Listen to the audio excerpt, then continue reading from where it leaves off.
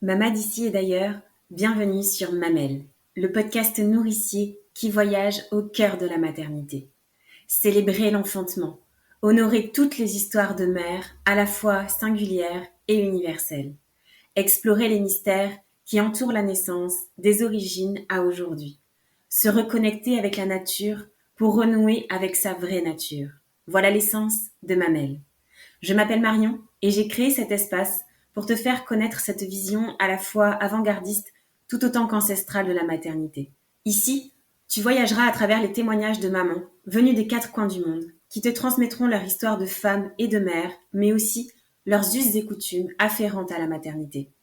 Mamelle se veut être un podcast qui renoue avec notre instinct animal, primaire, primitif. La femme sauvage qui sommeille en toi et qui reprend ses droits et sa place dans la nature et en connexion totale avec elle. Se nourrir, se ressourcer, accueillir ce qui est pour révéler toute cette puissance intérieure que tu as en toi. Ma mission est de te proposer des épisodes authentiques dont le but est de nourrir, fortifier ta maternité par la curiosité. Ouvrir son regard sur la maternité, sa maternité, c'est se donner la liberté de penser sa maternité autrement, différemment, et d'être alors en capacité pleine et entière de créer sa propre maternité. Aujourd'hui, c'est Vanessa que vous retrouverez à mon micro, une maman solo d'un petit garçon qui vit à Majorque. Vanessa est doula, praticienne hypnonaissance, et elle accompagne aujourd'hui les futurs parents sur un chemin holistique de la naissance, plus naturel et intuitif. Vanessa vient aussi vous raconter comment elle-même a été amenée à cheminer sur la maternité holistique, notamment à travers son accouchement en Allemagne, qu'elle souhaitait absolument mener en dehors d'un milieu hospitalier, sans péridurale et en conscience. Je vous laisse tout de suite savourer ce beau voyage au cœur de la maternité avec Vanessa. Bonjour Vanessa. Coucou, bonjour. Je suis contente de t'avoir aujourd'hui au micro de Mamelle. Ça fait un petit bout de temps qu'on s'est contacté. C'est toi qui m'avais abordé sur mon compte Instagram la première fois. On avait beaucoup de contenu, en tout cas, qui était similaire avec cette même ligne éditoriale, ces mêmes valeurs et ce même message en commun aussi. Donc, c'est rapidement, en tout cas, qu'on a pu échanger en vue de la préparation de cet épisode qui parlera un petit peu de ta maternité et aussi de l'accompagnement que tu proposes pour les mamans, les futures mamans, les parents aussi. Donc, très intéressant là-dessus. Donc, aujourd'hui, peut-être que dans un premier temps, je vais te laisser te présenter, nous dire un petit peu qui tu es, ce que tu fais, où est-ce que tu vis. Ok, bah déjà merci de m'avoir invitée. Quand je t'ai contactée au départ, c'était plutôt une surprise pour moi que tu m'invites, mais je suis très contente, donc merci. Bah écoute, moi j'ai 46 ans, j'ai un enfant, donc un garçon de 7 ans qui s'appelle Félix.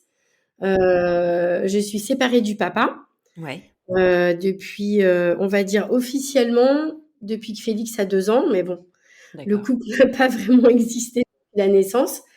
Et en fait, j'habitais à Berlin, donc quand j'ai eu Félix à Berlin, Ouais. j'ai ressenti vraiment le besoin de me rapprocher de la nature en fait pour élever mon enfant. Enfin, ça a commencé déjà durant la grossesse et j'ai mis pas mal de temps avant de trouver l'endroit idéal. Et c'est arrivé le jour de mes 40 ans. C'est assez hallucinant, je trouve. On était en vacances à Majorque pour fêter mes 40 ans. Et en fait, le jour de mes 40 ans, je me suis réveillée avec le bruit des moutons, Ouais. notamment de leur cloche et de leur Ouais. bêlement. Et en fait, ça m'a vraiment fait tilt. Et ça faisait déjà un moment que je cherchais, je savais quoi regarder. Donc, je me suis réveillée. Automatiquement, j'ai pris l'ordinateur et j'ai vu qu'il y avait toutes les cases qui étaient cochées. Et voilà, 2 ans après, je suis arrivée à Majorque avec mon Ouais. fils. Entre-temps, je me suis donc séparée du papa, Ouais. mais il m'a quand même laissé continuer ce rêve parce qu'on avait des accords quand même au préalable quand on en a parlé. Mhm. Et puis donc voilà, je vis donc à Majorque avec Félix depuis maintenant 4 ans. Voilà, ça Ouais. fait un peu plus de 4 ans. Heu, niveau c'est un peu comme j'ai 46 ans, j'ai fait beaucoup de choses, mais on va dire que voilà, au niveau professionnel, je me suis toujours un peu cherchée. J'ai jamais vraiment rien concrétisé. J'ai fait des études de droit que j'ai pas réussi à terminer. Ouais. voilà, pour, on va dire, des raisons personnelles. Et en fait, j'ai tâtonné un peu dans différents Domaine? secteurs Ouais. professionnels. Je pense qu'il y a aussi un côté où psychologiquement, j'avais beaucoup de, comment dire, de manque de confiance en moi. Du coup, je n'osais pas vraiment me lancer dans quelque chose qui me plaisait. Et en fait, c'est arrivé quand j'ai eu Félix. Je pense que, enfin, je constate qu'il y a beaucoup de mamans à qui ça Mmh. arrive. Oui, Et avec en la fait, maternité? Mmh. avec la maternité, en fait, moi, je m'étais dit, bon, avant d'avoir Félix, je travaillais dans la mode, en fait. Je travaillais Ouais, avec des marques d'accessoires moyens haut de gamme. ouais. Et j'étais représentante, enfin commerciale. Et en fait, j'étais juste au moment de me dire, bon, qu'est-ce que je fais? Je passe la vitesse au-dessus et je me lance en freelance et vraiment, je cherche beaucoup de clients et j'essaye de me développer là-dedans et tout ça. Mais ça me paraissait un peu... ça allait pas vraiment coller en fait avec Ouais. le style de maternité que j'avais déjà l'idée d'avoir. Ouais. Donc en fait, je me suis dit, bah, je me donne pas de... J'arrête tout en fait et quand Félix naîtra, je m'autorise à voir comment je sens la chose.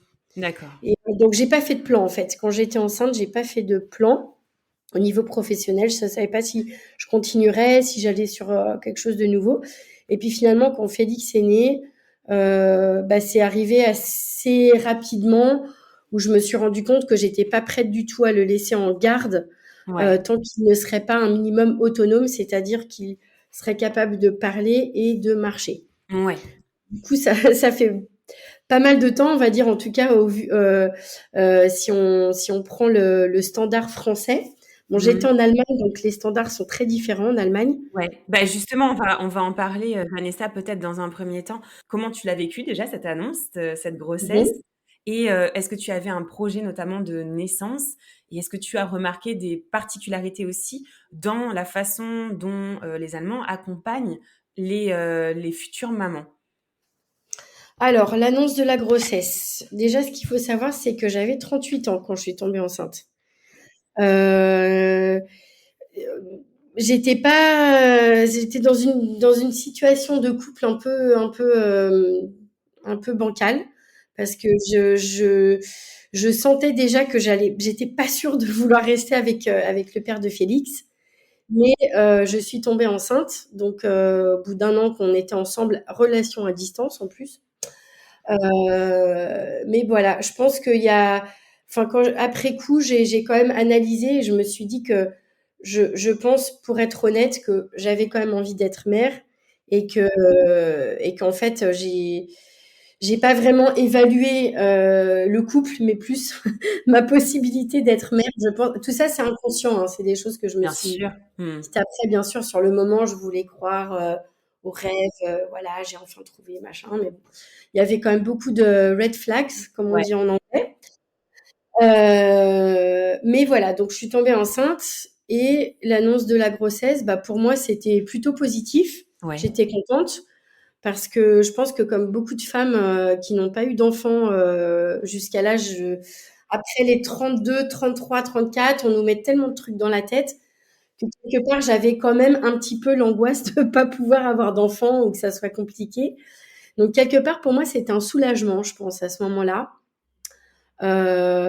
Et puis, bah, pour le père, c'était bon, c'est un Allemand après, hein. Donc Oui. les Allemands ont une façon un peu différente de vivre leurs émotions, j'ai Ouais. envie de dire, De les que nous. exprimer, de les vivre, ouais. Voilà. Donc il n'a pas sauté de joie. Je pense que pour lui, il a dû avoir un moment en fait d'intégration. On va dire que j'ai pas vécu l'annonce de la grossesse comme on voit Mmh. sur les reels d'Instagram où le père se met à pleurer. Non, j'ai pas vécu ça. En plus, j'étais pas avec lui quand j'ai fait le test et je lui ai dit par téléphone. Voilà. Donc désolée, c'est pas très romantique, mais en tout cas pour moi, pour mon vécu, c'était plutôt une bonne nouvelle parce que je le répète, je pense qu'au fond de moi, j'avais vraiment envie d'être maman. Je vivais déjà quelques années célibataire. Je commençais un peu à désespérer, on va dire, de trouver la personne avec qui Mmh. je voulais fonder une famille. Et d'ailleurs, je pense que c'est assez intéressant de le partager parce que je suis sûre qu'il y a beaucoup de mamans Oui, bien sûr. qui ont un enfant tard qui vont se reconnaître. J'ai vraiment fait le processus, en fait, dans ma tête, de me poser la question: «Qu'est-ce que je fais si je rencontre personne?» Donc j'ai vraiment pensé à toutes les options, même à celle de faire un enfant toute seule, hein, je l'avoue. Ouais. Mmh. Je savais par des amies qui elles, par contre, avaient vraiment, l'intention de faire ce processus, qu'il y avait des possibilités. Ouais. Et puis finalement, j'en étais venue à la conclusion, ça c'est assez intéressant, j'en étais venue à la conclusion que par rapport à mes valeurs, je préférais en fait ne pas avoir d'enfant Ouais. qu'avoir un enfant toute seule et voilà, d'un père inconnu. Enfin, ça Mmh. collait pas avec mes valeurs en fait. Mmh. Et du coup, j'avais fait ce choix-là. Et puis, peu de temps après, j'ai rencontré le père de Félix. Ouais. Donc, c'est pour ça que quand j'ai l'annonce de ma grossesse, c'était plutôt voilà, quelque chose où j'étais contente. J'ai pas vraiment pensé au futur en fait à ce moment-là. Alors ta grossesse, pour le coup, tu l'as vécue comment? La grossesse, d'un côté, je vais dire que c'était quand même très positif parce que ça, c'est un message que que j'ai envie de passer aux mamans. Bon, moi déjà, je suis pas du tout quelqu'un de paranoïaque par rapport à ma santé. Je fais hyper confiance à mon corps, je fais hyper confiance à la nature et j'ai vécu tellement de choses, enfin tellement d'événements dans ma vie où j'ai poussé mon corps à l'extrême que je savais que, enfin pour moi, c'était vraiment une certitude que mon corps était capable de mener cette grossesse. Enfin, j'avais vraiment aucune peur. Je sais que c'est pas le cas pour tout le monde. Je dis pas que ça doit être comme ça pour tout le monde. Moi, en tout cas, c'était le cas pour moi et ça, évidemment, ça m'a aidée à vivre une grossesse tranquille. Je vais même, voilà, dire qu'au bout du 5e mois, quand j'ai fait enfin, pour moi, c'était la dernière échographie où on mesure le pouls, Oui. puisque donc j'étais considérée à risque parce que j'avais 38 ans. Oh, Heu d'accord. j'ai quand même fait quelques examens pour vérifier qu'il y avait pas de problème de trisomie Ouais. et puis une fois que j'ai été rassurée là-dessus, j'ai arrêté en fait complètement d'aller chez le gynécologue. Ça m'ennuyait tous ces examens, on me piquait le doigt pour regarder mon sang. J'ai dit: «C'est bon», non, j'avais pas envie d'être dans ce circuit-là et j'avais donc là, c'est pour répondre à une autre de tes questions. En Ouais. Allemagne, le système sanitaire est complètement différent du système D'accord. sanitaire français. Il faut savoir que les soins, enfin Oui. voilà, c'est privé en fait. Il n'y a pas de sécurité sociale publique. D'accord. OK. Donc D'accord. tu choisis ta caisse D'accord. de santé et c'est comme une assurance en fait. Ça fonctionne comme une OK. assurance. Et il faut savoir que ces caisses de sécurité, enfin pardon, ces caisses de santé remboursent intégralement tout. Donc, D'accord. en Ah, gros, OK. ta caisse de santé, tu ne dépenses pas un rond. C'est vraiment D'accord. tout est inclus. Donc, forcément, quand tu es enceinte, et ben, Mmh. tu as plus de choix. Tu Bien vois, sûr, bien sûr. tu réfléchis pas, est-ce que ça, je vais pouvoir le faire parce que ça coûte tel et tel argent. Non, tu es complètement prise en charge. OK. Et ça va même jusqu'à prendre en charge les accouchements à domicile. Waouh, ouais, OK. Voilà. Mmh. Sachant qu'en Allemagne, c'est quelque chose qui est absolument démocratisé. Dans toutes les villes, tu trouveras ce qu'ils appellent des Geburtshaus. Geburtshaus, c'est maison de naissance. Donc en gros, l'accompagnement d'une femme enceinte, tu as donc l'accompagnement proposé, on va dire, par, ce que nous on connaît, le gynécologue, tous les examens, que ça soit sanguin, gynécologique, les échographies, tout ça est pris en charge. Tu passes en priorité. Moi, je sais que mon gynécologue, quand j'avais des rendez-vous, enfin, je passais tout de suite, j'attendais jamais. Donc c'est vraiment ultra, protégé, ultra assisté et en plus de ça, on te paye l'accompagnement sage-femme. D'accord. Sachant que, comme les sages-femmes sont reliées à ces Geburtshaus, donc à ces maisons de naissance, du coup, tu as aussi la possibilité d'accoucher dans la maison de naissance avec ta sage-femme qui t'a suivi, depuis le début. OK. Donc quand même, Waouh, une gros avancée. luxe. Mmh. Ouais. Hem, voilà, et puis tu peux aussi choisir d'accoucher à la maison avec cette même sage-femme. Ouais. Donc moi, par rapport à moi personnellement, heureusement que j'étais en Allemagne. Ouais. Parce que moi, ces valeurs que j'ai encore aujourd'hui, elles sont pas nées quand j'étais enceinte. J'ai ces valeurs, on va dire, comment je pourrais les décrire? On va dire de suivre vraiment la nature, en fait, de faire confiance. Ça a commencé quand j'étais dans la vingtaine. Parce Ouais. que j'ai eu des problèmes de santé, j'ai dû passer beaucoup d'examens, on a dû m'endormir pour passer des examens. J'avais tout le temps plein de médicaments. Et en fait, il y a eu un moment donné où j'ai dit stop.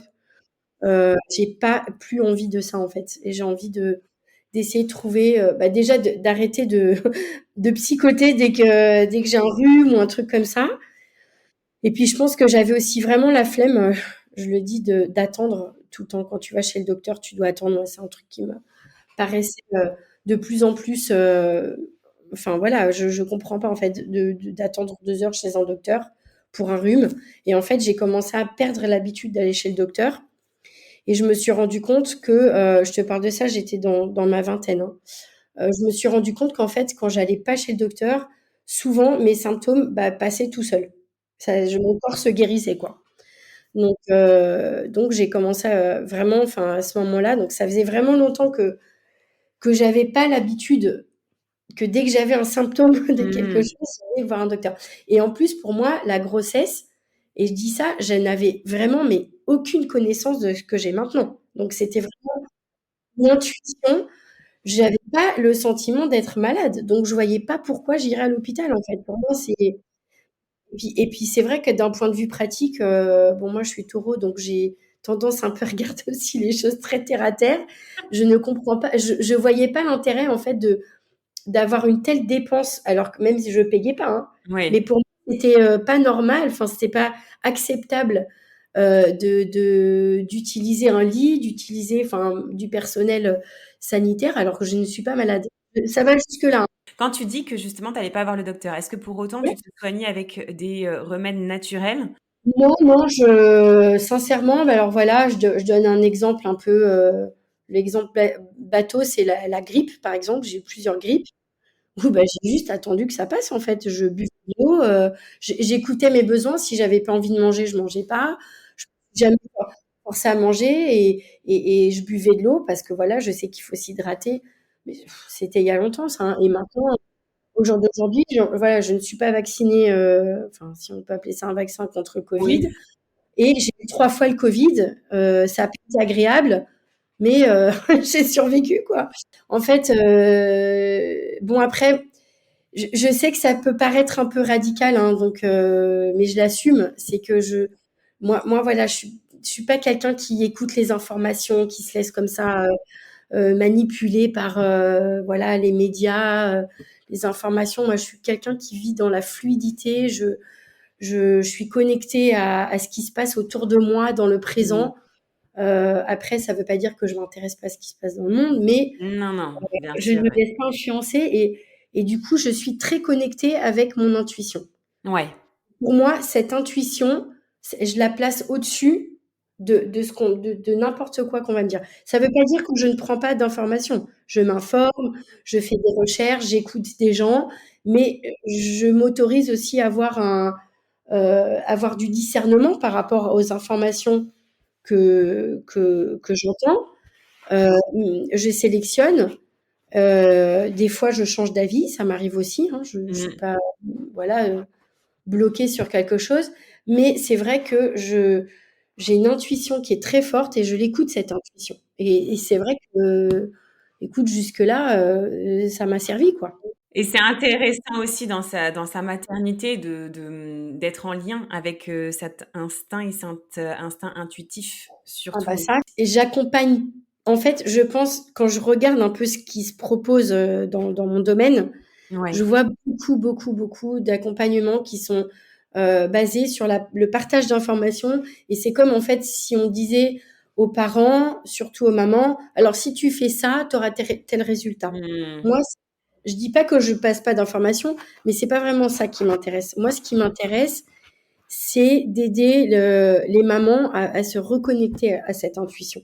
Parce que c'est ça qui est difficile, en fait. Exactement. Ah oui, Les totalement. informations, voilà, tu peux en avoir, tu auras toutes sortes d'informations. Après, c'est toi qui choisis ce qui résonne avec toi. Mais être connecté à son intuition, ça, c'est autre chose. C'est vraiment un autre niveau. Et moi, je pars du principe que quand on est connecté à son intuition, on n'a pas besoin qu'on nous dise ce qu'on doit faire à tel moment. tout à fait. On le sait, hein. C'est ça, et c'est quelque chose que l'on a eu il y a très très très longtemps, et c'est au fur et à mesure des générations et du temps qu'on a perdu cette intuition. On est en tant que mammifère, au niveau physiologique, on Mm, fonctionne comme un animal. Donc, c'est ça. on a notre programme, on a notre programme qui est qu'on choisit pas en fait, hein, Mm, on fonctionne comme ça. Et tout ça, c'est exactement. pour la survie. Mm, Souvent, on l'oublie, mais on fait partie de la nature et la nature, sa force, c'est la survie. Donc, je donne toujours cet exemple. Tu sais, des fois, quand tu vois dans une rue qui est complètement bétonnée et tu vas voir une petite fleur qui va pousser, qui se sera fait un passage à travers bien, une ouais. fissure. Eh ben, moi, vraiment, cette image, je l'aime beaucoup parce que ça nous montre qu'en fait, la nature, elle est tout le temps plus forte. Bien Il sûr. faut pas Mm, oublier que nous, on vient de là. mm, Même mm, si on est intelligent, même si on raisonne, on philosophe, on rationalise mm. tout ce qu'on veut, on a notre nature. Et ça, c'est hyper important de l'intégrer avant de devenir parent parce que là, je passe sur un autre truc, mais je vais pas rester longtemps dessus, mais c'est hyper important. Quand je vois les parents qui sont souvent désespérés, on va dire les premières années, les premiers mois d'un enfant, et qui essayent de trouver des solutions externes pour on va dire, contrôler un peu les besoins des enfants. Je Mm. parle par exemple du sommeil. C'est Ça, ça, c'est oui. vraiment le sujet. Il faut pas oublier que l'enfant, lui, nous, on raisonne, nous, on Ah, rationalise, on peut trouver des solutions externes, mais ce bébé qui vient de naître, il est comme cette fleur qui a poussé exactement. dans Mm. la fissure. Il a ses besoins naturels et on ne peut pas changer ses besoins. Ce sont des besoins physiologiques qui sont prévus par la nature et qu'on ne peut pas changer, en fait. Donc, voilà, c'est hyper important je sais que c'est dur, hein, c'est dur parce que des fois on se dit: «Oui, mais par rapport à notre vie comme ça», oui, c'est Mm, vrai et c'est ce que tu dis toi, en fait, Marion, mm.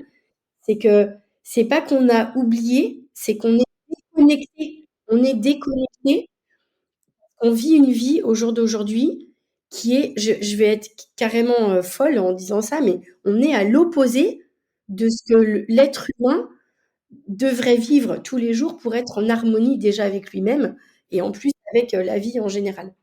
Totalement, et ça, non, mais c'est très intéressant ce que tu dis parce que ça a vraiment une répercussion, si on le met aussi en parallèle de, l'accouchement, Bien sûr. surmédicalisé. Tout ça, ça a une Ouais. résonance en fait là-dessus, et ta Mmh. vision du, «Je vais à l'hôpital» ou «Je vais voir un médecin, c'est parce que je suis malade», avec ce parallèle de «Je suis enceinte, je ne suis pas malade».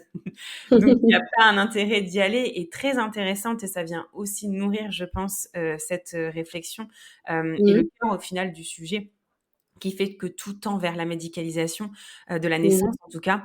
Alors pour nous parler de toi, au vu de ce que tu nous as dit Ouais. sur ton désir d'enfant, sur, Mmh. ta vision très holistique, très naturelle de la naissance, comment s'est passé ton accouchement? Est-ce que ça a été dans une maison de naissance? Et comment tu as vécu aussi la rencontre avec Félix?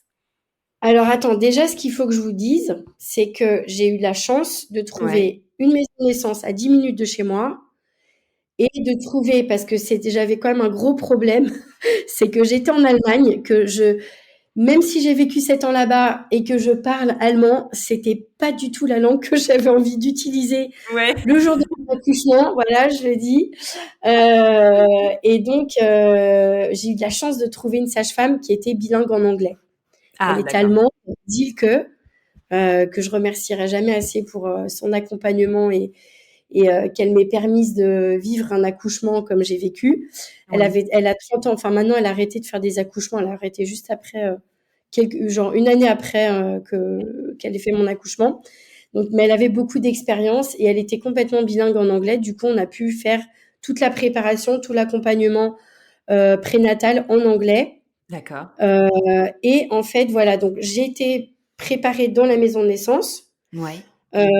et j'ai choisi d'accoucher dans la maison de naissance parce que je vivais dans, dans un appartement, mais dans une grande maison. En fait, c'était une vieille maison type 1900 qui avait été rénovée. Il y avait plusieurs appartements dedans. Et en fait, j'avais besoin de me sentir libre de faire des bruits. Mmh.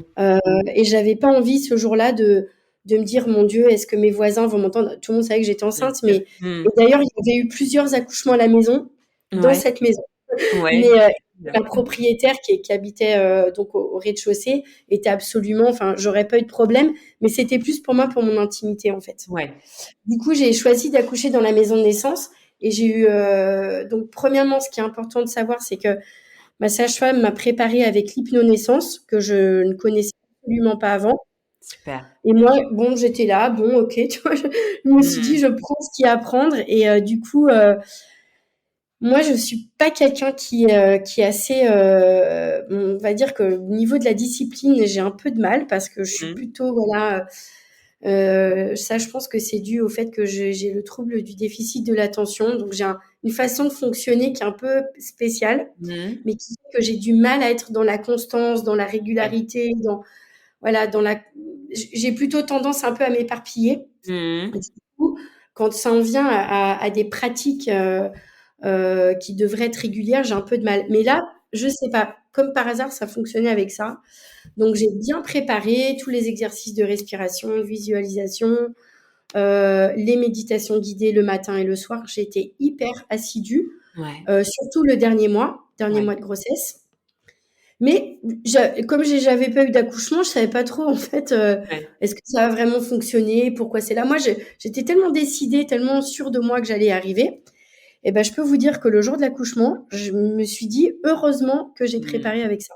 Mmh. Parce que l'intensité des contractions, je crois que vraiment, tant que tu l'as pas vécu, tu peux pas t'imaginer, ce que c'est. Et je peux comprendre que beaucoup de mamans, soient dépassées par cette intensité. Ouais. Voilà. Il y en a qui peuvent parler de douleur, moi je parle d'intensité. Mmh. Hem Et c'est vrai que C'est intéressant le terme que tu ah parce que oui, les bah mots oui, ont j'ai un sens. Il y en a qui utilisent donc toi intensité, douleur, il y en a qui utilisent souffrance, qui est encore ouais, une autre, résonance. encore un autre Ouais. concept, oui. C'est Totalement. vrai que quand j'ai fait la préparation avec Silke, elle m'avait parlé du vocabulaire, donc Ouais. forcément maintenant comme je Mmh. prépare aussi avec l'hypnonaissance, j'en parle beaucoup, mais je le développe parce que j'ai besoin que les gens comprennent à quel point le vocabulaire que tu utilises programme ton cerveau. Totalement. Donc voilà, par exemple, en anglais, dans le programme d'hypnonaissance, on ne dit pas contraction, on dit surge. Surge, c'est Mmh. un peu C'est comme vrai. la vague, La en fait, vague. qui arrive. Mmh. Voilà.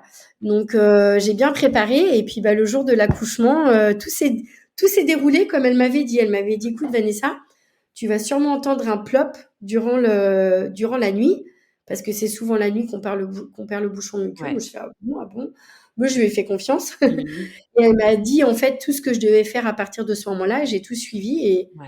comme par hasard, le plop Il est est arrivé, arrivé en à pleine deux nuit. heures du matin. Ouais. C'était, assez, curieux. Et en fait, bah, j'ai suivi, en fait, ses conseils parce que j'avais vraiment confiance en elle. Et du coup, bah, j'ai dormi entre les contractions, entre les premières contractions. J'ai attendu 9 heures du matin pour l'appeler, comme c'était prévu. Et puis voilà, on a fait les derniers préparatifs. On devait préparer un gâteau parce que dans cette maison de naissance, le premier gâteau anniversaire, c'est le jour de la naissance. Donc, Marc, le papa de Félix, a fait le gâteau pour Félix. Et puis voilà, on a préparé nos trucs et je l'ai appelée. Elle m'a dit: «Ok, dans 1 heure, on se rejoint là-bas». Et en fait, quand je suis arrivée, heureusement, j'étais déjà dilatée à 4. Donc, je précise pour les mamans qui vont écouter et qui sont intéressées parce que c'est quand même important, mais entre le plop de 2 heures du matin et 10 heures du matin, j'ai fait toutes les respirations.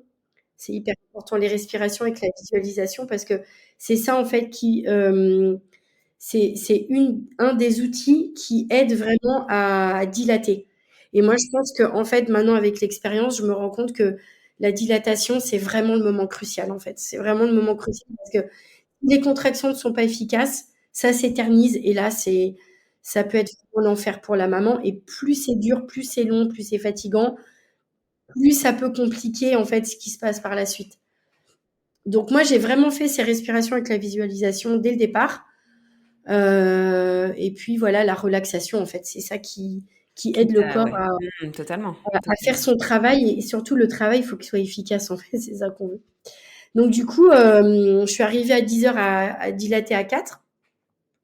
Et en fait, à 2h30, Félix était dehors. Donc ça veut dire que j'ai encore eu 2 heures de dilatation de 4 à 10. À midi, j'étais complètement dilatée. Et après, j'ai eu 2 heures et demie d'expulsif. J'étais déjà bien fatiguée. Mais bon, les conditions étaient vraiment optimales, lumière tamisée. J'étais toute seule. Bon, le père, au bout d'un moment, c'est devenu. Alors, je sais pas, hein, ça dépend vraiment de chaque maman. Il y en a qui sont, voilà, qui sont complètement en harmonie avec le père. Moi, sincèrement, mais alors que ça allait bien, hein. Ouais. D'un moment, voilà, moi, je suis rentrée dans mon Dans ta truc. bulle, ouais. Mmh. Ouais. Et la sage-femme, elle me guidait juste, en fait. Si je lui disais je suis fatiguée, elle me proposait d'autres positions, mais elle a rien fait d'autre. Pour moi, j'ai accouché de mon fils toute seule. Même si elle était Mmh. là, que voilà, elle me guidait dans les positions, mais personne me parlait. Mmh. Et c'était vraiment, je me souviens de cette régularité vraiment comme des vagues. Hop, Mmh. ça montait, hop, ça descendait. Et puis jusqu'au moment où Félix est sorti, et là, j'ai vraiment envie de partager quelque chose qui a pour moi été incroyable, c'est que j'étais tellement enfin, j'avais tellement d'endorphines dans mon Ouais. sang que je n'ai pas senti Félix sortir. C'est-à-dire que j'étais accroupie, Ouais. parce que j'étais sortie de l'eau, j'étais trop fatiguée pour Ouais. rester dans la baignoire. J'étais accroupie et en fait, j'ai eu une contraction et en plus, j'avais enlevé mes lunettes. Je voulais vraiment être complètement nue en Ouais. fait. Ouais. Je suis très myope, donc sans lunettes, sans lentilles, je vois rien. Mais je voulais être moi-même en fait pour cet instant. J'avais même pas d'yeux, je ne voyais rien. Ouais. Et en fait, donc j'ai pas vu que Félix est sorti. Ouais. C'est la sage-femme qui m'a dit: «Ah ben Vanessa, tu veux pas prendre ton bébé?» Moi, j'étais encore accroupie en fait, en train de me remettre de la contraction Ouais. et Félix était dehors. Donc, c'est-à-dire qu'il est sorti en une contraction en fait. C'est ça? Il y a Ouais. pas eu le mouvement de la tête du tout. Mmh. Il est sorti comme ça. Ouais. Ouais. Et, et ça, je pense que c'est hyper important pour toutes les mamans qui vont écouter. L'hypnonaissance, pour moi, c'est vraiment le Mmh. meilleur outil pour accompagner un accouchement naturel Je pense, ouais. parce que ça permet vraiment aux hormones de faire leur travail. Et en fait, le corps n'est pas fait pour souffrir. Non. Oh, je dis pas qu'il n'y a pas de douleur, il n'y a pas de souffrance, mais Mmh. on est d'accord que la souffrance, c'est aussi très lié à la façon dont on va vivre la douleur. Ça, c'est encore un autre sujet, mais Oui, en totalement. tout Mmh. cas, le corps a prévu Mmh. l'endorphine pour accompagner cette intensité Ouais. du travail du muscle de l'utérus. Et quand on pratique l'hypnonaissance, on permet vraiment à toute cette endorphine d'être libérée et c'est vraiment super parce que moi personnellement, jusqu'au bout, enfin je dis pas la période de dilatation pour moi ça a été vraiment la plus intense, mais une fois que j'ai été dilatée, enfin la période d'exclusive, je ne me souviens pas de ce que ça me faisait. Et je sentais des vagues, je sentais les contractions, je sentais que ça devenait intense, mais je peux pas dire que j'ai souffert vraiment. Et la preuve, c'est que j'ai pas senti mon fils sortir de mon corps. C'est important de le dire qu'en Allemagne, donc parce que je pense qu'il y a des mamans qui peuvent peut-être pas savoir, mais c'est tellement organisé Ouais. qu'en fait, chaque maison de naissance est reliée à au moins 2 hôpitaux. Donc D'accord. tu peux choisir ton hôpital et il y a des ambulances qui sont vraiment prêtes, préparées pour venir. Donc c'est moins de 10 minutes le Ouais. trajet pour venir si jamais il y a une urgence. Donc moi, j'étais rassurée par rapport à ça aussi. Et j'avais choisi une maternité qui était très, très, très récente, où il y avait un service néonatal. Ça veut dire que si jamais je devais être transportée avec Félix pour n'importe quoi, j'aurais pu en plus rester là-bas. Donc il y avait ce truc ce côté un peu voilà, d'être rassurée. La sage-femme, elle est préparée pour vraiment aller jusqu'au bout des possibilités, OK. voilà, sans médicaments. Donc, OK. par exemple, il y a pas de péridurale, il y a pas d'anesthésie, il y a pas d'oxytocine de synthèse, OK? OK. Mmh. Donc moi, le problème, il a commencé une fois que Félix est sorti, c'est-à-dire que dans le protocole de la maison de naissance, il fallait que le placenta que la délivrance se fasse dans la Mmh. demi-heure. D'accord. Et moi, avec la fatigue, j'avais la vessie qui était pleine, j'arrivais pas à faire pipi. D'accord. Du coup, ça l'a retardé. Et en fait, la sage-femme, elle a un peu paniqué enfin, elle a pas paniqué, pardon. J'ai vu qu'elle me poussait un peu, tu vois. Elle D'accord. me disait, bon, Vanessa, tu vas aller à l'hôpital ou tu veux rester ici? Elle Mmh. m'a parlé comme ça, carrément. Parce qu'en gros, dans leur protocole qu'ils doivent suivre, hein, ils font pas non plus ce qu'ils veulent. Si le placenta n'est pas sorti au bout d'une demi-heure, ils ont l'obligation de me transporter à l'hôpital. Ouais, c'est ça. Moi, c'était hors de question, ça. Je venais tout faire Mmh. sans hôpital. J'avais pas du tout envie de me retrouver là, comme ça. Bref, Mmh. du coup, elle a fait des manœuvres pour m'aider à la délivrance. Voilà, donc certaines choses. Mmh. Mais c'est juste pour dire qu'elle a vraiment beaucoup d'outils et de choses qui sont possibles à faire dans leur protocole, qui sont D'accord. non médicamentés, OK. qui ne sont pas des actes médicalisés, avant voilà, d'avoir l'obligation de transporter. Donc moi, j'ai eu de la chance, j'ai pu rester jusqu'au bout, même si ça n'a pas très bien fait. J'ai eu aussi des déchirures. Elle m'a recousu sans anesthésie. Voilà, c'est pas très agréable, mais bon, ça s'est fait quand même comme ça. OK. Et du coup, en fait, ce qui était bien, c'est qu'aussi, il y a eu tout le déroulement une fois que le bébé naît, que je pense qui est plus compliqué à voir à l'hôpital, c'est-à-dire Ouais. elle me l'a mis directement au sein. Mmh. Elle n'a pas passé 3 heures à le laver, à le C'est ça. manipuler. Elle a Mmh. fait vraiment le minimum parce que ça, c'est obligatoire. Donc, de vérifier si la colonne vertébrale est bien fermée, par exemple, qu'il ait les bons réflexes, ça, c'est vraiment important. Et après, voilà, c'est que du pot à pot. Elle nous a laissés tous les trois tout seuls. Bon, après, il y a eu le gâteau, la coupe de champagne. Oui. Vraiment, il n'y a qu'en Allemagne qu'on peut faire des trucs comme ça. Waouh! Vraiment, une coupe de champagne, quoi.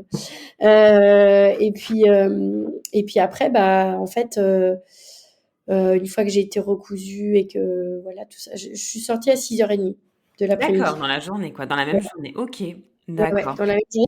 Et j'avais de la chance parce que c'est une maison de naissance. Donc déjà, il y avait une autre femme en train d'accoucher quand je suis arrivée, sauf Ouais. qu'elle, elle a pas résisté, elle a demandé à l'hôpital. Elle Ouais. voulait une péridurale. Mais c'était dimanche, donc il y avait pas de visite parce que normalement, on va dire une maison de naissance. Je pense que c'est un peu difficile d'imaginer parce qu'on a l'esprit de l'hôpital, mais c'est Ouais. vraiment comme une maison en fait. En fait, là, dans cet exemple-là, c'était un appartement. Les appartements à Berlin sont très grands, donc c'était un grand appart avec les grands plafonds et tout ça, Ouais. mais c'est comme un appart où on pourrait vivre, quoi. Euh, Pas du tout hôpital. Voilà, et les chambres sont des chambres comme tu pourrais avoir chez toi, sauf qu'il y a une piscine, enfin une baignoire en fait, pour pouvoir.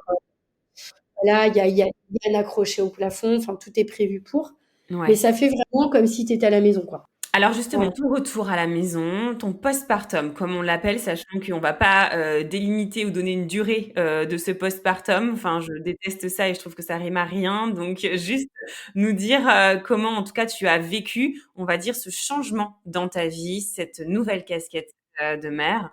Comment ça a été pour toi? Comment ça s'est passé? Alors, déjà, moi, le postpartum, même si on donne pas de date, il faut quand même dire que c'est beaucoup plus long que ce qu'on pense. Oui. Et en fait, tout est relié au développement cérébral de l'enfant, donc de 0 à 7 ans. Enfin, il y a de 0 à 3 ans et après, bon, de 3 ans à 4 ans, mais on va dire à peu près jusqu'à 7 ans, Oui.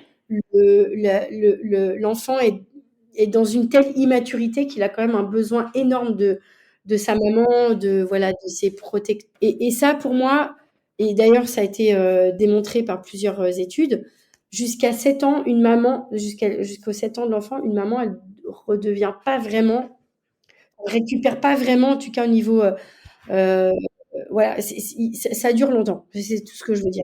Oui, d'autant là, on parle que d'un enfant, donc si entre-temps, il y a encore un autre enfant, Ah oui, on oui, imagine que ouais. cette période se rallonge, voilà.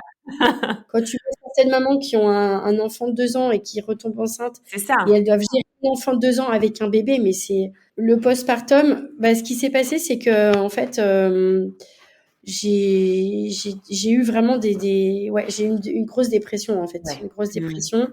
Sauf que je me suis pas faite diagnostiquer puisque justement je ne vais pas chez le Et docteur. oui. Mmh. Voilà. Donc je suis un peu restée dans mon truc, ce qui est pas forcément bien. Là, au jour d'aujourd'hui, je pense que ça aurait été mieux que je sois diagnostiquée, bien que je pense qu'on m'aurait donné des médicaments que je n'aurais pas pris. Mais ça m'aurait aidé de savoir que j'avais réellement quelque chose en fait. Parce que le fait de pas le savoir, ça m'a pas aidé à rationaliser justement ce qui se passait. Et du coup, je me demandais ce qui m'arrivait, quoi, en fait, tout le temps. Donc moi, malheureusement, le symptôme que j'ai eu le plus, c'est les pensées obsessives. D'accord. Enfin, j'ai eu des TOC, en fait. Voilà. D'accord, OK. On traduit par les pensées intrusives, on dit. D'accord. Et ça a été vraiment horrible. Et en fait, ce truc, c'est marrant parce que c'est là que tu vois, au fait, que le postpartum est long et que ça va en... Enfin, c'est pas du jour au lendemain, t'es plus en postpartum, en fait. C'est vraiment relié au développement de la maturité de l'enfant. Mmh. Et en fait, moi, je dirais que ce symptôme, il m'a duré presque 3 ans, quoi. C'est vraiment difficile, mais bon, au départ, c'était horrible parce que c'était vraiment constant. Ouais. Et puis, au fur et à mesure, ça s'est estompé, quoi. Vraiment, ça s'est estompé. Mais je savais pas quoi faire avec ça, en fait. Tu as jamais demandé un accompagnement quel qu'il soit par rapport à Alors, ça? j'étais suivie par une psy à l'époque. D'accord. Et j'avais eu de la chance de trouver une psy qui parle français à Berlin. Ouais. Mais en fait,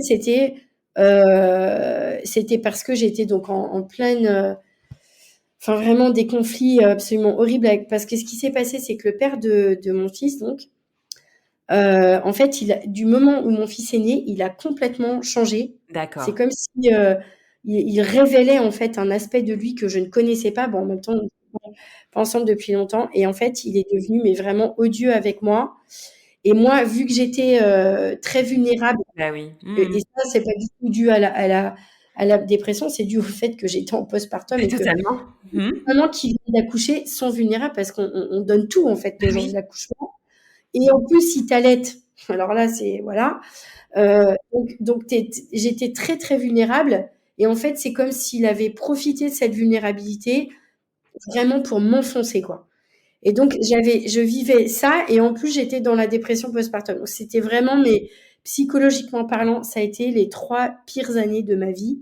J'en ai passé, hein, des moments difficiles, mais là, ça a été horrible parce qu'en plus j'avais conscience que je n'arrivais pas à être complètement disponible pour mon fils. Oui. Euh, Mmh. euh, et ça rajoutait en plus une culpabilité, quoi, en Bien sûr. plus. Ah oui, oui, bien sûr, Voilà. ouais. Et en fait, ce qui est intéressant, c'est que à ce moment-là, donc pour te dire, en fait, bon, j'ai allaité, j'ai eu un début d'allaitement qui a été horrible parce que, bah, à cause du stress, je n'avais pas de lait. Ouais. Donc ça, en plus, le bébé qui pleure, tu sais pas pourquoi, tu te dis Mmh. qu'il a faim, mais tu sais pas, tu as l'impression, enfin, horrible. Mmh. Ouais, je Et vois. on a même fait appel à une spécialiste de l'allaitement, mais elle nous a pas du tout aidé. Enfin, ça a mis 10 jours quand même, c'est long, hein, quand tu as un bébé. 10 jours à comprendre qu'en fait, il avait faim. Et c'est la sage-femme qui m'avait accouchée, qui m'avait suivie, qui était en vacances à ce Mmh. moment-là. Je l'ai appelée, j'étais désespérée. Je lui ai dit, s'il te plaît, viens. Elle est venue. Et en fait, en une minute, elle a dit, ce bébé, il a faim. Allez vite chercher du lait maternisé. Ouais. Et en fait, on a dû faire donc mixte Mixte? au Ouais. départ pour Mmh. relancer ma production. D'accord. Et heureusement, elle m'a aidé à relancer la production. Oh non, mais la souffrance, là, vraiment, là, j'oublierai pas Ouais. ça. Ouais, ouais. Une mise en place de l'allaitement, ouais, difficile, ouais, très Il faut difficile. en parler parce Ah oui. que pour toutes les mamans qui écoutent, je voudrais vraiment encourager, même si c'est hyper Mmh. difficile, sachez que on peut tout allaiter. Mmh. Il faut le dire. Et en fait, moi, j'ai eu de la chance d'avoir été accompagnée, Mmh. mais il y a beaucoup de mamans qui ne sont pas accompagnées ou mal accompagnées. Oui, c'est ça. Et quand j'entends des mamans qui viennent me voir, qui me disent j'ai foiré mon allaitement, ça me fait vraiment de la peine parce que déjà elles prennent ça sur elles, alors qu'en fait non, c'est juste qu'il n'y a pas eu le bon accompagnement. Mais moi j'ai eu de la chance et même si ça a duré, on va dire 3 semaines, où je devais me réveiller toutes les 2 heures pour mettre mon fils au sein, ça a été mais oh là là. Ouais. Mais j'ai réussi et j'ai Mmh. pu l'allaiter pendant 14 mois. Donc du coup tout ça, ça s'est mélangé avec la relation qui a été vraiment compliquée. Moi, au bout de 6 mois que mon fils est né, j'ai vite compris que j'ai tout de suite accepté, en fait, pas compris, mais j'ai accepté que ça allait pas pouvoir le faire. Et en fait, ça a été, là, c'est le revers de la médaille de l'Allemagne. Donc, c'est super pour l'accouchement, mais d'un autre côté, j'ai découvert qu'en Allemagne, en fait, quand tu es un parent étranger, euh, c'est très problématique quand tu veux te séparer avec un enfant parce qu'en gros, ils peuvent sur un coup de tête du parent allemand, te retirer carrément l'autorité parentale. Ils le font, Waouh. hein. Et OK. moi, quand j'ai découvert ça, ça m'a mis dans une peur, vraiment dans une angoisse Ah bah, de perdre mon fils. mmh. Donc j'ai dû gérer tout ça en même temps et j'ai dû vraiment, faire la séparation de façon très intelligente parce que comme lui, il était vraiment devenu, vraiment fou quoi, en fait. Ouais. Il était contre moi, je sais pas, c'est vraiment bizarre, c'est comme si, voilà, il avait son enfant et maintenant je servais plus à rien. Voilà. Vraiment, c'est ce que j'ai ressenti et du coup, j'ai dû la jouer vraiment fine pour pas perdre mon fils, en fait Ouais. et c'est pour ça que ça a pris beaucoup de Ça a temps, en pris du fait, la temps. séparation. Mmh. Voilà, parce que je voulais que ça vienne aussi de lui. Donc, Ouais, je j'ai dû, vois. voilà. Mmh. Très complexe parce que ça ajoute effectivement, tu as ton postpartum, on va dire à proprement parler, d'un côté et de l'autre, tu avais cette relation de couple, et en plus, d'autant plus si tu dis que tu as dû prendre, enfin laisser le temps pour pouvoir, voilà, partir de façon sécure pour toi et ton enfant. Donc oui, effectivement, on envisage et on prend encore plus, l'importance de la difficulté, à laquelle tu as dû faire face. Tu te souviens pourquoi je t'ai contactée, Marion? Je m'en souviens plus. Moi, je me souviens. C'est parce que Ouais. j'ai vu un de tes posts, qui Mmh. parlait de la violence durant la grossesse Ouais. et ça c'est ce post-là qui m'a marquée Mmh. et c'est ce post-là qui a fait qui m'a donné envie de te Ah oui, oui, oui, sur la violence, mais c'était à contacter. travers, la guerre, enfin les violences à travers le Voilà, monde. la guerre, mais il y a aussi ça peut être la violence aussi à la maison. La guerre, ça peut être dehors, mais ça peut être aussi dedans. Totalement, Voilà. totalement, bien sûr. OK. Et Mmh. je trouve qu'on ne parle pas Non, assez de la violence dans le couple. Ça peut ouais. être la violence psychologique ou Ah bah, bien émotionnelle. Hein. sûr. Oui, oui, Et totalement. on C'est une peut aussi violence. se prendre des coups hein, Mmh. euh, pour les mamans enceintes et en postpartum. Et je pense que c'est un peu tabou comme sujet. Et je trouve ça dommage parce que, en fait, quand on vient d'avoir un bébé, moi, mon analyse culturelle dans les pays occidentaux, en tout cas, c'est que c'est comme si on obligeait, on attendait de la maman qu'elle soit heureuse juste parce qu'elle est maman. Donc c'est un peu comme si on n'avait pas trop le droit de se plaindre. J'utilise le mot plaindre à vraiment choisi Mmh. euh, parce qu'on est maman et qu'on doit donc être heureuse, ce qui ne Mmh. n'empêche pas. Hein. Mmh. Mais heu, je pense qu'il y a beaucoup de mamans qui vivent des situations de couple difficiles Oui. et qui elles-mêmes n'arrivent pas Mmh.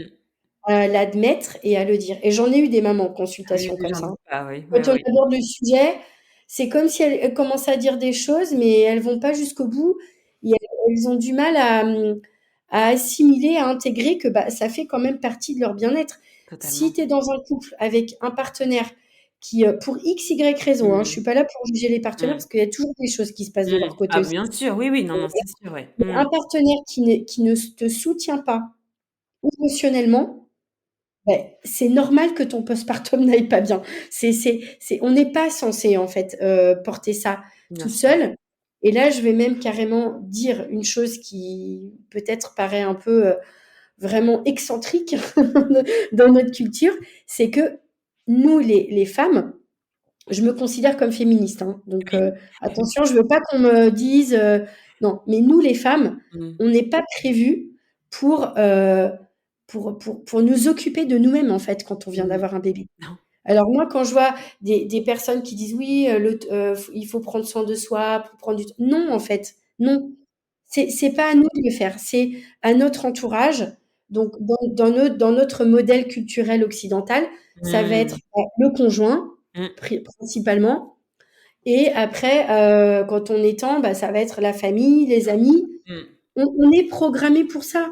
Donc forcément, si une maman dans sa dans elle se dit que, elle doit prendre du temps pour soi, alors, je vais trouver la baby-sitter pour laisser mon bébé pour mais non, en fait, tu as juste besoin qu'on s'occupe de toi, tu C'est as juste ça. besoin Mmh. d'avoir un partenaire, même qui te rassure, qui dise des Mmh. choses gentilles, qui pense à toi, Mmh. des petits détails, même si le travail qui peut pas être tout Bien le temps sûr, avec toi. ça n'empêche. Mais Oui, ouais. voilà, Mmh. donc Mmh mh. et ça me ramène à un sujet que je voudrais aussi aborder et qui, moi, m'est arrivé par rapport au père de mon fils. C'est que, en fait, le père de mon fils n'a pas réussi, enfin, il n'avait pas la maturité pour m'apporter ça, en fait, pour Ouais. vraiment prendre sur lui.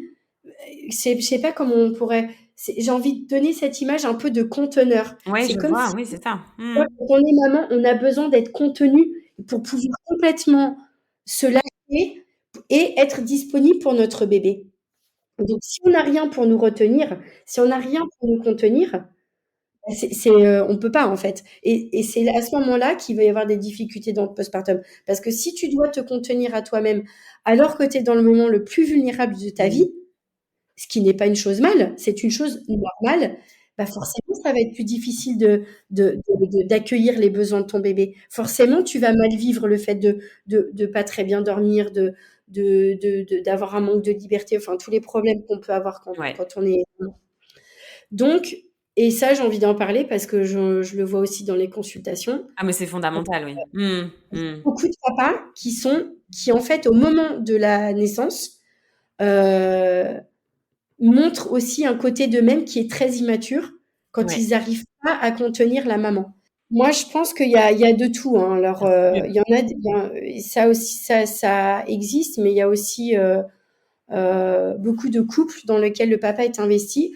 Alors moi, ce que je propose dans mon accompagnement, en tout cas dans le prénatal, c'est aussi de donner une place au papa. Oui, c'est ça. Mais ça, il faut que ça vienne de lui, en fait. Ah oui, Parce que exactement. souvent, les mamans elles les prennent par Oui. la main, heu et eux, ils savent pas trop comment se positionner parce qu'en Ouais. fait, là, je vais encore avoir une réflexion que j'ai eue il y a pas longtemps, c'est que finalement, c'est pas leur rôle, en fait. Leur rôle, c'est d'apporter de la sécurité. Mmh. Quand je parle de sécurité, il faut faire attention, je parle pas que de sécurité matérielle, Non, non, je non, parle aussi d'une sécurité émotionnelle et bien sûr. psychologique, mais Mmh. ça, c'est comme ça qu'on doit être même sans les enfants, dans le couple. Totalement, C'est comme totalement. ça, en tout cas, moi, que j'envisage l'harmonie, voilà.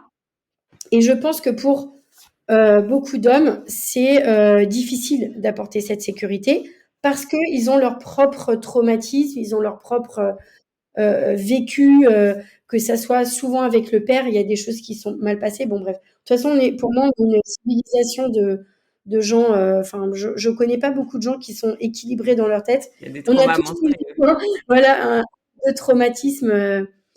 Mais ce que j'ai envie de dire, c'est que souvent les hommes, en fait, ont plus de mal que nous à s'ouvrir à la guérison, à faire un travail personnel, alors que les femmes, surtout au moment de la maternité, je me rends compte qu'il y a ce besoin, cette recherche. Je vais aller voir qu'est-ce qui s'est passé avec ma mère, par exemple. C'est Alors ça. que les hommes, c'est plus difficile pour eux Questionner ses parents, questionner sa naissance, questionner son enfance, effectivement. de repartir enfin vraiment d'aller faire une introspection. Ouais. C'est plus difficile pour eux, mais quand même, je dois dire qu'il y en a qui sont intéressés. Et le programme, moi, que j'avais créé là, en 2023, qui était présentiel, c'était vraiment un programme pour le couple. Donc, en Ouais. fait, le couple passait toutes les étapes que je proposais. Et il y avait aussi, et ça, je le propose toujours, que ça soit en ligne ou quand je referai des programmes présentiels, où il y a vraiment un atelier que moi j'ai appelé l'art d'accompagner, Oui. qui est fait vraiment, voilà, les mamans, elles font leur petit cours de yoga, et moi, je suis avec les, Avec les partenaires, les partenaires, ouais. et on parle de l'art d'accompagner. Parce que souvent, ce que je vois, c'est que les partenaires pensent que accompagner, aider, c'est enlever à la maman, enlever des tâches à la maman. Par exemple, porter le bébé ou nourrir le bébé. Mais en fait, je dis pas que ça peut pas être utile si la maman le demande. Mais pour moi, l'accompagnement, il se fait dans une façon beaucoup plus subtile, qui est de permettre à la maman de ne pas penser à autre chose que de s'occuper de son bébé. Ça, c'est l'idéal, en fait. Donc voilà. Mais il faut qu'on continue C'est fort. Mmh. à en parler et à ouvrir Ah les bien esprits. sûr, bien sûr, Mais je bien pense que c'est possible, et je pense qu'il y a de plus en plus de partenaires, enfin Totalement, d'hommes. mais c'est vrai que ce que tu disais, ce sujet-là, peut-être pour terminer sur là-dessus, c'est parce que ça fait référence aussi à Michel Audin qui a écrit Le bébé est un mammifère et qui fait tout un passage sur le rôle du père aujourd'hui dans notre société et qui est très intéressant et qui résonne aussi avec ce que tu viens de dire là. Donc voilà, Mmh. je lance ça comme ça si jamais il y a des papas aussi qui nous écoutent. Mais l'art d'accompagner, c'est magique et c'est magnifique. Alors justement, on en vient à l'accompagnement aussi à proprement parler. Tu en as parlé déjà Mmh. par bribes à plusieurs reprises. L'accompagnement que tu proposes, donc, c'est basé sur quoi? Donc, tu es doula, tu pratiques aussi l'hypnonaissance, c'est ça? Ouais. En fait, j'ai commencé par, faire de l'accompagnement parental parce que c'est ce que j'ai D'accord. commencé moi-même à apprendre pour moi et en apprenant des choses pour moi, ça a été tellement des révélations que j'ai voulu partager et on là, j'en reviens à ce que je vous disais au départ par rapport au projet professionnel. Hem, Déjà, bon, j'ai fait une formation d'herboristerie, qui a duré 2 ans avec une super école française. Bon, c'est pas reconnu par, l'État, mais c'est une école qui a beaucoup de validation, même au Sénat, au niveau des lois. Donc ça, c'était plus pour mon plaisir personnel, pour savoir utiliser les plantes et en fait, ensuite, c'est venu instinctivement. En fait, je me posais des questions par rapport à ma parentalité et là, j'ai découvert, surtout 2 personnes qui sont mes guides maintenant, qui sont voilà, spécialisées dans le développement humain, spécialisées dans la maternité et la parentalité.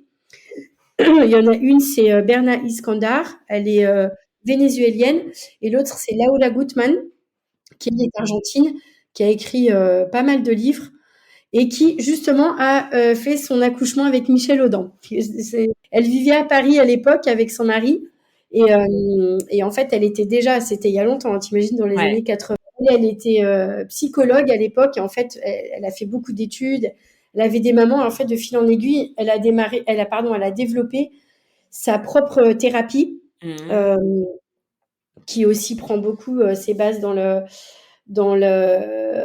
travail de Claudio Naranjo. Je ne sais pas si OK. J'ai les déjà gens entendu, connaissent. oui. Mmh. Voilà, l'énagramme. Bon, bref, c'est très, très intéressant. Et en fait, j'ai commencé à m'intéresser à son contenu. J'ai fait la biographie humaine, qui est donc cette thérapie qu'elle propose, qui m'a ouvert les yeux sur plein de choses Ouais. et beaucoup aidé. Et en fait, comme elle propose des cours, j'ai commencé à me former avec elle.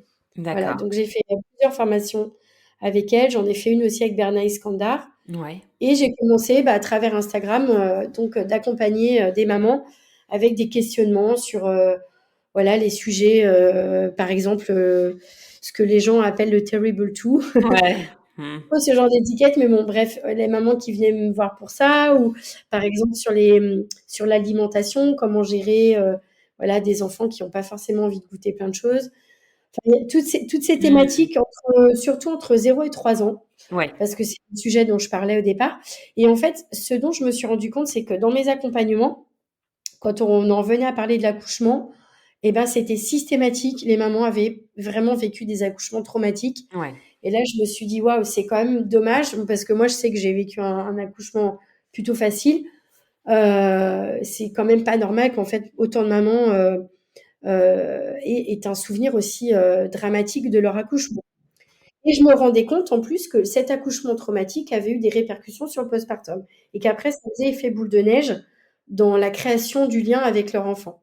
Donc je me suis dit, le mieux pour accompagner les mamans, ce serait que je puisse les accompagner dès le départ, en fait, dès la grossesse. Et du coup, j'ai eu de la chance d'avoir ici 2 doulas qui ont une formation qui est déjà voilà, active depuis pas mal d'années. Et elles sont, ça fait 15 ans qu'elles sont doulas ici à Majorque. Et donc, du coup, j'ai fait la formation avec elles, qui était une formation présentielle sur 1 an, un week-end par mois. Donc, j'ai appris énormément de choses, mais j'ai surtout appris l'art d'accompagner. Parce que beaucoup de personnes pensent que pour être doula, il faut connaître des choses plutôt scientifiques, mais non, en fait, être doula, c'est vraiment surtout l'accompagnement. Donc, très intéressant. Et du coup, je me suis lancée en tant que doula. Tout ça, c'était la fin du Covid où on pouvait pas faire de rencontres et tout ça. Donc, je me suis lancée plutôt sur le online avec une formation qui était principalement de l'accompagnement. En fait, non, j'avais pas la formation au départ, je faisais du, du individuel. Et en fait, je me suis dit, pourquoi pas créer une préparation à l'accouchement avec l'hypnonaissance. Donc, j'ai fait la formation d'hypnonaissance. Et pour moi, c'était naturel, en fait, en plus, vu que ça a vraiment très, très bien fonctionné pour moi. J'avais envie de transmettre cet outil et parce que j'étais persuadée que si une maman avait un bel accouchement naturel et que toutes les étapes en fait du processus naturel étaient respectées, et ben que ça optimisait les chances d'avoir un postpartum plutôt facile. Et du coup, ça optimisait aussi, comme on l'a dit au tout début, cette intuition en fait, cette facilité de ressentir les besoins de l'enfant et d'y répondre. Entre tout ce temps-là, je me suis quand même beaucoup formée, beaucoup informée. J'ai fait beaucoup de recherches aussi toute seule, lu beaucoup de livres d'autres, voilà, d'autres personnes très intéressantes, notamment le docteur Gabor Maté, qui est pas, il s'occupe pas de parents, mais en tout cas, il est spécialisé sur le traumatisme de l'enfance.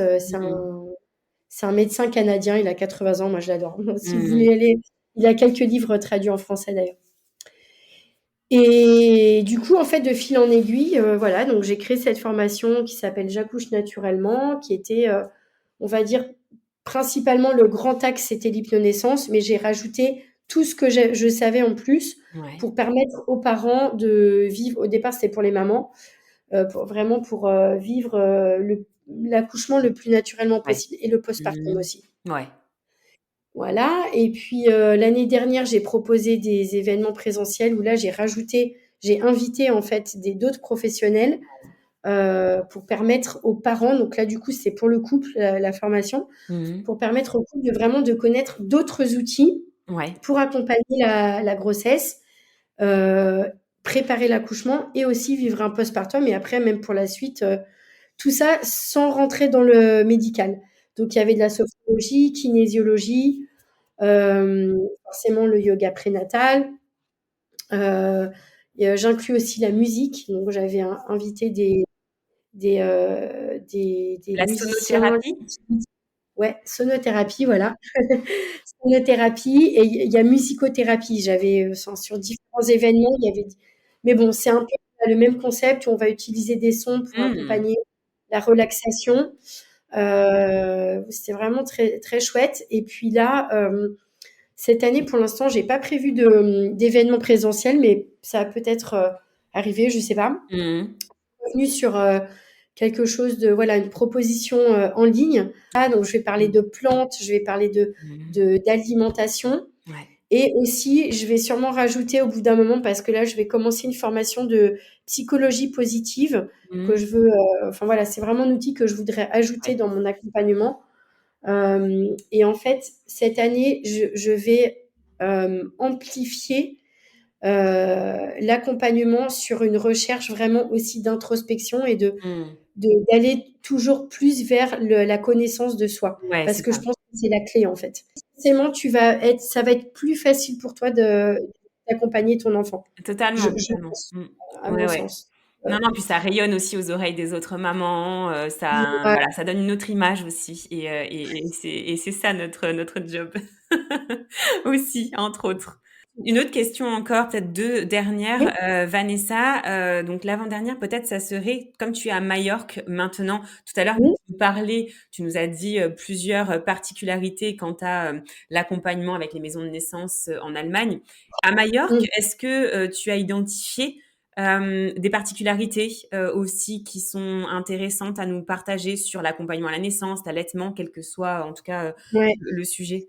Alors ici, il faut savoir que l'accouchement à domicile n'est pas du tout démocratisé. D'accord.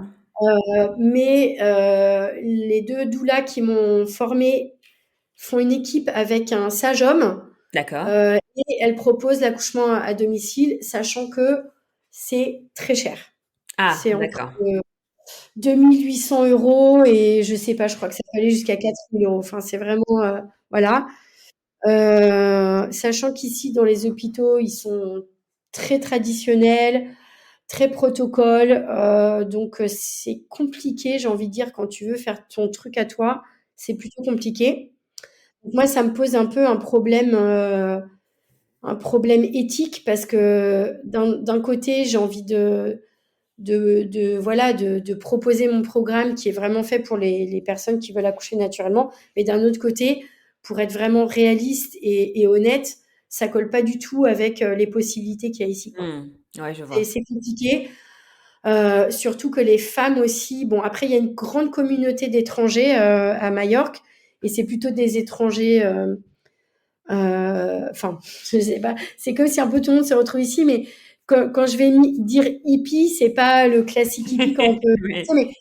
mais les gens, en tout cas, les étrangers qui sont là, en général, c'est des gens qui sont qui vivent une vie consciente, qui sont ouverts.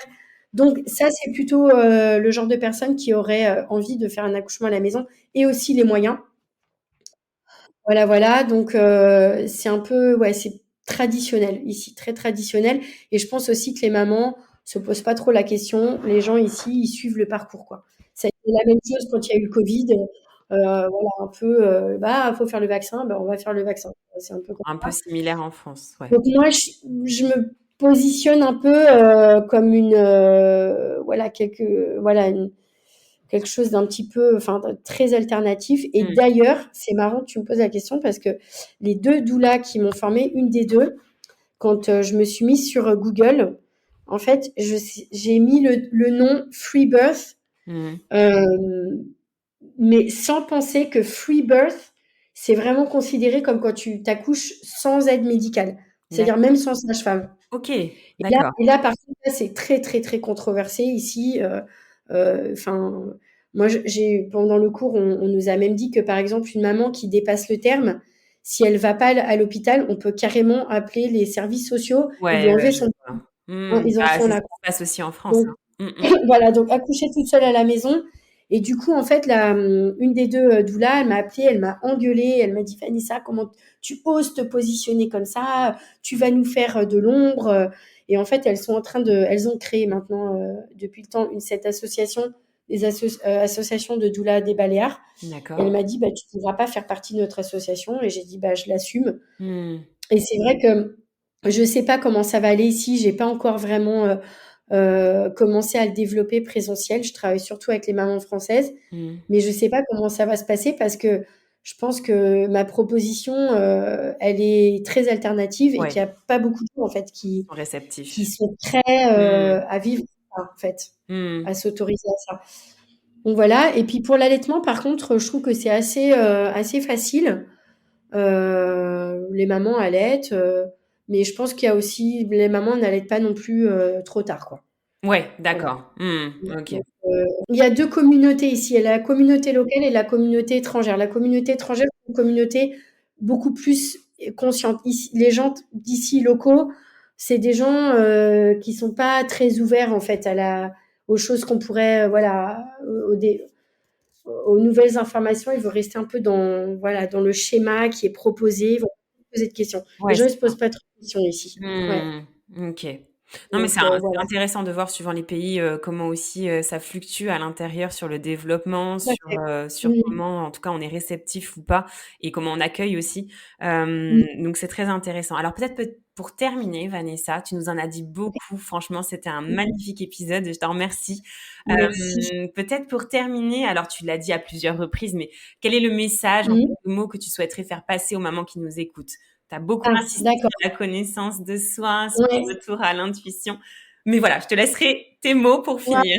j'ai beaucoup de choses à dire, mais moi, mon rêve, en fait, c'est que toutes les femmes, Mmh. les femmes qui veulent être mères ou qui sont mères déjà, vraiment sentent cette confiance que moi j'ai, que j'ai de la chance, je sais pas d'ailleurs, je peux même pas dire d'où ça vient, mais je voudrais qu'elles sentent cette confiance, hem, qu'elles sont Mmh. capables d'accoucher, qu'elles sont capables d'allaiter, qu'elles sont capables de prendre soin de leur enfant, et d'avoir en fait le courage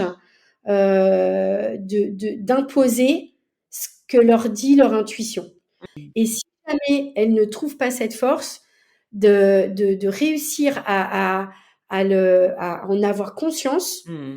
et de l'accepter et donc de demander de l'aide pour retrouver cette Oui, connexion. c'est ça. Et ça va les aider pour tout, en fait, pour tout. On parle là des enfants, de la maternité, mais quand on a cette confiance, quand on a cette connexion, on fait on peut, réaliser, mais beaucoup plus de choses, en fait. Et moi, je le vois à travers, des de mamans d'autres comptes que je suis, qui sont pas forcément françaises d'ailleurs, mais c'est vraiment incroyable et il faut qu'on arrive à changer ça. Donc le message que j'ai, à donner aux mamans, c'est si vous sentez que, vous avez pas cette confiance, que vous voulez cette reconnexion, mais que vous ne trouvez pas le chemin, de demander de l'aide. Demander de l'aide à des gens qui vous inspirent. Autorisez-vous, ouvrez-vous à recevoir cette aide, pas parce qu'on va vous dire quoi faire, mais parce que vous allez réussir à vous savoir quoi faire. C'est ça qui compte, en fait.